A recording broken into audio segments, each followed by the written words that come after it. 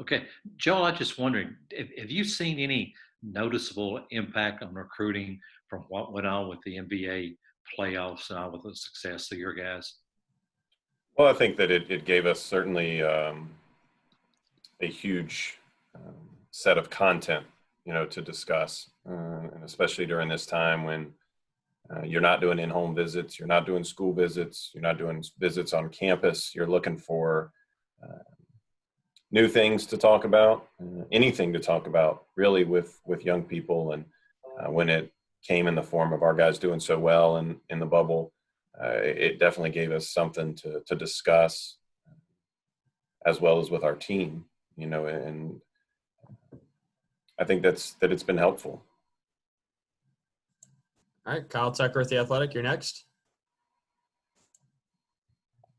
Yeah, Joe, I wondered, I've talked to several coaches around your league about the challenges that have popped up over the course of the last few months, just trying to have complete practices, not necessarily even because their guys were testing positive, but because of all the contact tracing. If, somebody was in contact with somebody who did, then all of a sudden you got one guy or two guys or several guys out. How much continuity have you guys had so far this preseason, and to be able to actually go and have real practices with full participation? I think that our guys have been extremely disciplined in their day-to-day lives, and it speaks to their maturity. It speaks to their commitment to becoming their best version. And I think that when you come to Kentucky, that is, really the biggest thing is you come here for the culture. You come here to test yourself on the floor. You come here to test yourself against great competition day in and day out. You come to be coached by a Hall of Fame coach and a group of assistant coaches that are going to push you. And our guys have, been extremely disciplined, in their day to day. We have a tremendous athletic training staff that works with our guys. Our weight room has been electric. Our practices have been great. So it's been fun, and I think when you have these times and you have, things that are going on that we can't control, I think you need guys that are disciplined and that are bought into daily improvement. All right, next up, we'll go with Jerry Tipton of the Lexington Herald Leader. I know, Jerry, I always have a problem unmuting you. I don't know if it's something you've got clicked on your end, but hold on. There you go. You're good. Okay. Joel, I'm wondering kind of a two-parter about COVID. Also, I'm wondering if the team bonding process is affected by COVID in the sense of they're not all on the court together as much, as I understand it. And I'm wondering, too, with fewer fans, it sounds like there'll be a lot fewer, how that might impact player performance. Well, I think that, you look at our team, and I think you look at teams across the country, it has to take a hit, and I'm referencing, kind of team bonding, because you lose certain areas. You lose not only the basketball court, Jerry, you lose common areas. You lose team meals. You lose opportunities to be in large groups. So I think that is where we're going to, have to kind of hope that we are able to make that up somehow, or our guys are, coming together sooner with less opportunities that we have had. I think that's something that coach has always done here is we've had meals and we've had family style gatherings, and we haven't been able to do that, because of kind of the restrictions. So I think that has a little bit more to do with it, to be honest with you, than some of the stuff that we've been able to do on the floor. In reference to the fans, I don't know. I mean, I think that you see in the bubble, I think that was a high level of basketball that we just watched. And I think that, when our guys are able to get back out on the court, they're going to be excited.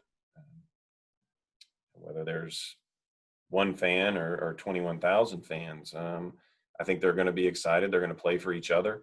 They're going to be challenged, and they're going to be ready to go. All right, next up, we'll go John Hale with the Courier-Journal. Joel, for all your recruiting success at Kentucky over the last decade, BJ's the first consensus top 5 guy in 5 years. What about his personality do you think makes him able to take on that added scrutiny and the spotlight that's going to be shined at him this year? Well, I think, like I said, I mean, he's very similar to a lot of the guys that we've had here. They're driven internally to be great. BJ wants to be special. Why I think he came here. He wanted to be different. He wanted to be someone that went against other really good players every day, that came to play for a Hall of Fame coach, that came to a place where a staff was going to challenge him. He knew that he was going to play against really good players in practice and go up against the schedule that we're going to put together for him here. And, he's a guy that is motivated. He wants to be in the gym. He wants to be coached. He has some of the traits of some of the great guys here. The greats that have been here and definitely during my time have had a curious mind. They ask questions. They want to watch film. They're very coachable. But at the same time, I love BJ because he's confident. He's a little bit stubborn. And those are also the guys that are special. And I think he's built for that. And I think that, the guys that come here, they want to have that challenge and really they want to be built different. And I think that's what we're going after right now. All right, William Kevorkian, you've got the next question. Go ahead. With regards, to this pandemic and to the various social movements right now in the United States, what has been the coaching staff's message to the team with regards to their play on the court and also life off the court? I think that when you come to Kentucky, you have, like I've mentioned, a Hall of Fame coach that is going to support you. It's going to have your back. This is a players first program. Everything that we do here is with their dreams, their goals in mind. Every day when you come in this office as an assistant coach, you serve the players. Our head coach sets that tone every single year. And we support our players. That's the bottom line. We love our players. We challenge them. But at the end of the day, we support them. We're here for them. We're here to listen. We're here to have conversation. And that is, what our job is. That's what our role is for these guys is to be here for them and to support them. And we'll always support our players on the floor and off the floor. All right, next up, we got Patrick Dallahan. Go ahead, Patrick. Obviously, Terrence Clark, Brewster Academy alum, really came up from New England. How do you think him playing in New England affected his recruiting process? Terrence is an extreme talent who works hard, who's competitive, and I would, I would probably just be spouting off if I, kind of answer your question without really knowing much. And honestly, I don't really know much about that area. I know that there's been tremendous players, kind of guys on our staff have recruited more up there in the past than I have. But watching Terrence play over the last couple years, you see an uber competitive young man that wants to win and is excited about the challenge. So I think when you go to a program like Brewster that is extremely well coached, by Jason Smith and has really good players, that Terrence is comfortable playing with other talent and wants to be in a setting where it's going to be challenging. And that's a credit, really to Jason and his staff up there and the tradition and the culture that they have. And that says a lot about Terrence. Guys, about halfway through here. I'm going to start to get some second questions coming in. So I'm going to circle back to Larry, and then I'll go to you, Kyle. Go ahead, Larry.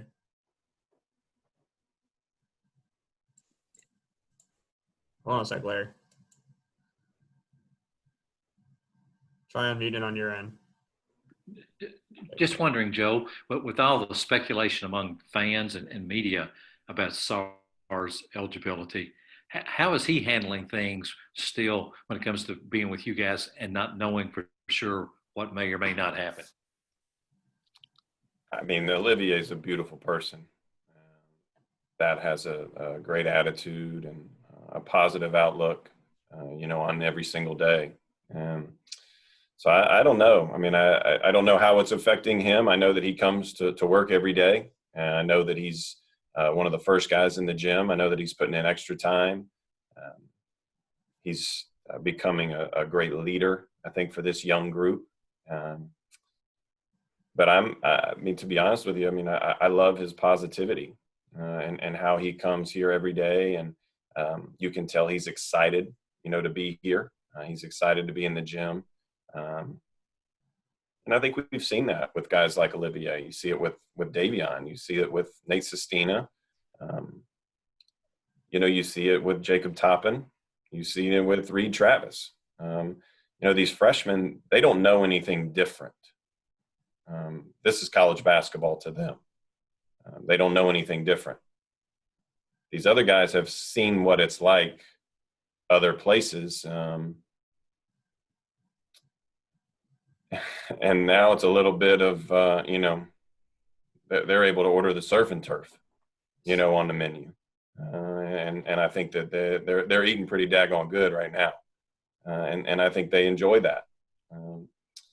So I think that it's fun for these guys. I think it's great for Olivier. And he's added a tremendous, boost to our day-to-day operation here. All right, Kyle Tucker, we'll go with you, and then Ken Spencer, I'll get you next.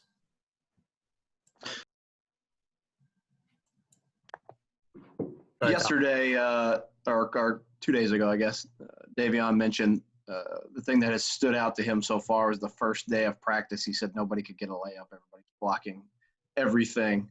What have you seen in that regard? I know in the past when Kentucky's had great teams, it has had great rim protection. Are you seeing some of that show up the way Davion sort of mentioned it there? Yeah, I think so. I mean, it's we do have some active live bodies around the rim. And it's funny, I did see Davion's, kind of quote on that. And it's been funny just visiting with him and asking him, what his take is on practice. And he says, man, it's just the speed has been a noticeable difference. He says, I'll see lanes open, or I'll see what I think is open. And then, next thing I know, it's, multiple bodies flying at you. And it goes back to, a little bit to, what Jerry had said earlier. I mean, you have a group of guys that's excited to play basketball. You've got a group of guys that have basketball taken away from them. Basketball's changed. It's changed for all of us in a couple different ways. And, so you have a group that comes into the gym that wants to play, that wants to play hard. They're excited to be here. And I think when we've,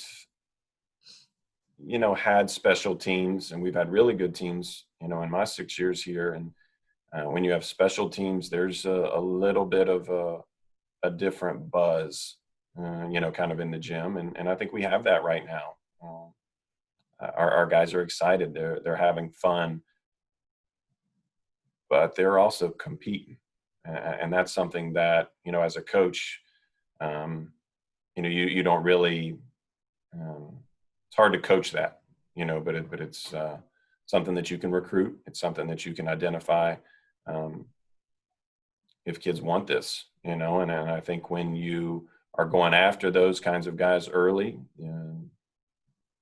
you find out what they're about. You find out if they want to be challenged. You find out if they want to be in a setting where they're going to have to go every single day, or they're going to be exposed. And I think that's how you become built different, is when you embrace that from the beginning.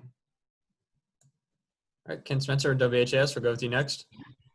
Yeah, Joel, I apologize if you've already been asked this, but with Kenny's departure and Bruiser coming in, Has that changed your role within this coaching staff at all? It gives me a little bit more room on the bench. I think that's really what I'm the most excited about. You know, Kenny took up a lot of space on the bench,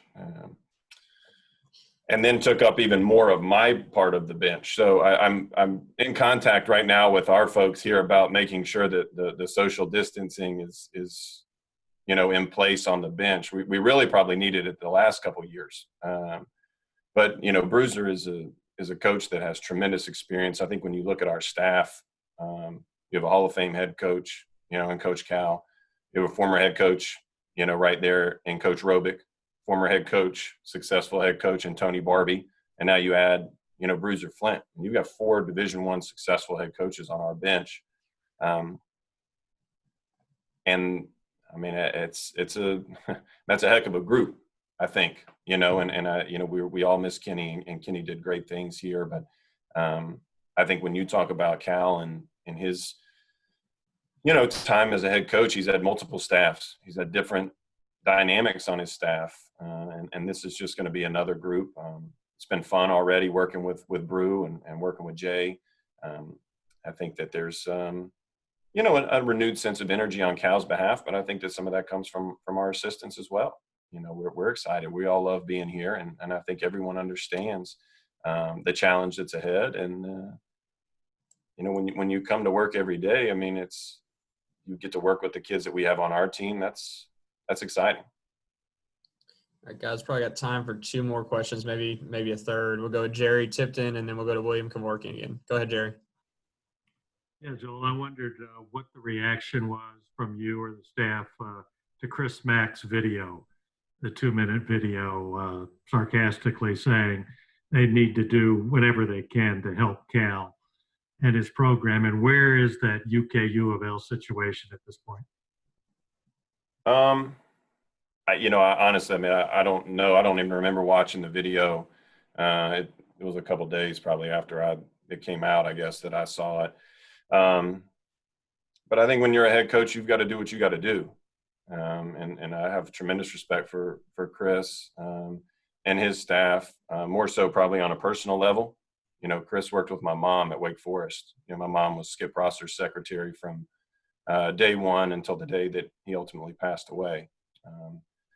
So guys like Chris Mack, Dino Gaudio, Pat Kelsey, Jeff Battle, those guys were with my mom and our family during a very tough time.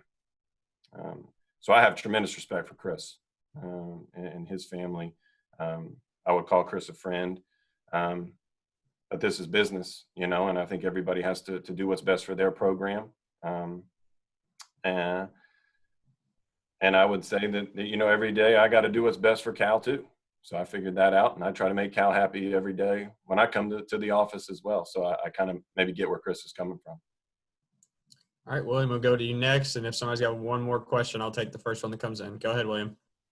I guess what were your overall thoughts about how some of the former Wildcats played in the bubble? And this is a 2-part question because the next one is, the media, the public, the fans, they were shocked about the performances of these players because it was outstanding. Were you at all shocked, or were you kind of just like, that's an expectation and this is what I saw when they were here at Kentucky and this is nothing new? I think every one of them is different, right? I mean, I think you have guys, the older guys got some time to rest and recharge, and got down into the bubble and were focused. And then I think you had guys on the youthful guys. I mean, you look at a guy like Tyler Hero that was able to probably get some more work in. A guy even like Keldon Johnson, that spent a sizable amount of the season in the G League. And then was able to come in and kind of have some tremendous games down in the bubble. So, I think with it, you're always excited to see the guys. I don't know that I would say that I'm surprised, just because I've seen them work. I know what they're about as people. And when you have the attitude that our guys have on the front end, coming to Kentucky, when they want to be challenged, when they want to be in a setting that they're going to be tested every single day. You're not surprised because they are built different when they go to the NBA. You know, they're used to it. You know, oftentimes, you know, you'll talk to our guys and they'll mention that their rookie year was their time at Kentucky, whether it was 1 year or 2 years. And that's a credit to Coach Cal and how he runs this program, in the expectations that he has of our guys, and how he challenges them daily, but also how they challenge each other. And that's what makes Kentucky special. That's what makes it different. And I think that's why our guys do so well at the next level, because they're trained, they're prepared, and they're just built different. All right, guys, we'll end it off with John Wong. Go ahead, John. Hey, Joel, just a quick follow-up on the Olivier situation. Do you have any idea when that ruling is going to come? And with that SEC rule of a player having to have 2 years of eligibility, I mean, were you guys aware of that? Where did the confusion come in on that aspect? John, I like your background is probably the best one, I think, of everyone that I'm seeing on this you know, call. So that's a credit to you. You know, and I don't even know how to answer your question. I'm sure Erica was giving me tips on how to answer it the right way. And I don't know that I'm even going to probably look at my notes on what I'm supposed to say. But, you know, Olivier's a beautiful person. He's excited. We're excited that he's here. And, you know, we'll see. I mean, that so much of that is out of my control. You know, I think I'm just coming to work today. We get to, you know, work with a great group of young guys. We are off, I guess, today and tomorrow, and then we'll get after it on Friday. So I think we're all just kind of waiting to see, you know, what Friday looks like, and see who shows up to practice. I guess that's always a good sign.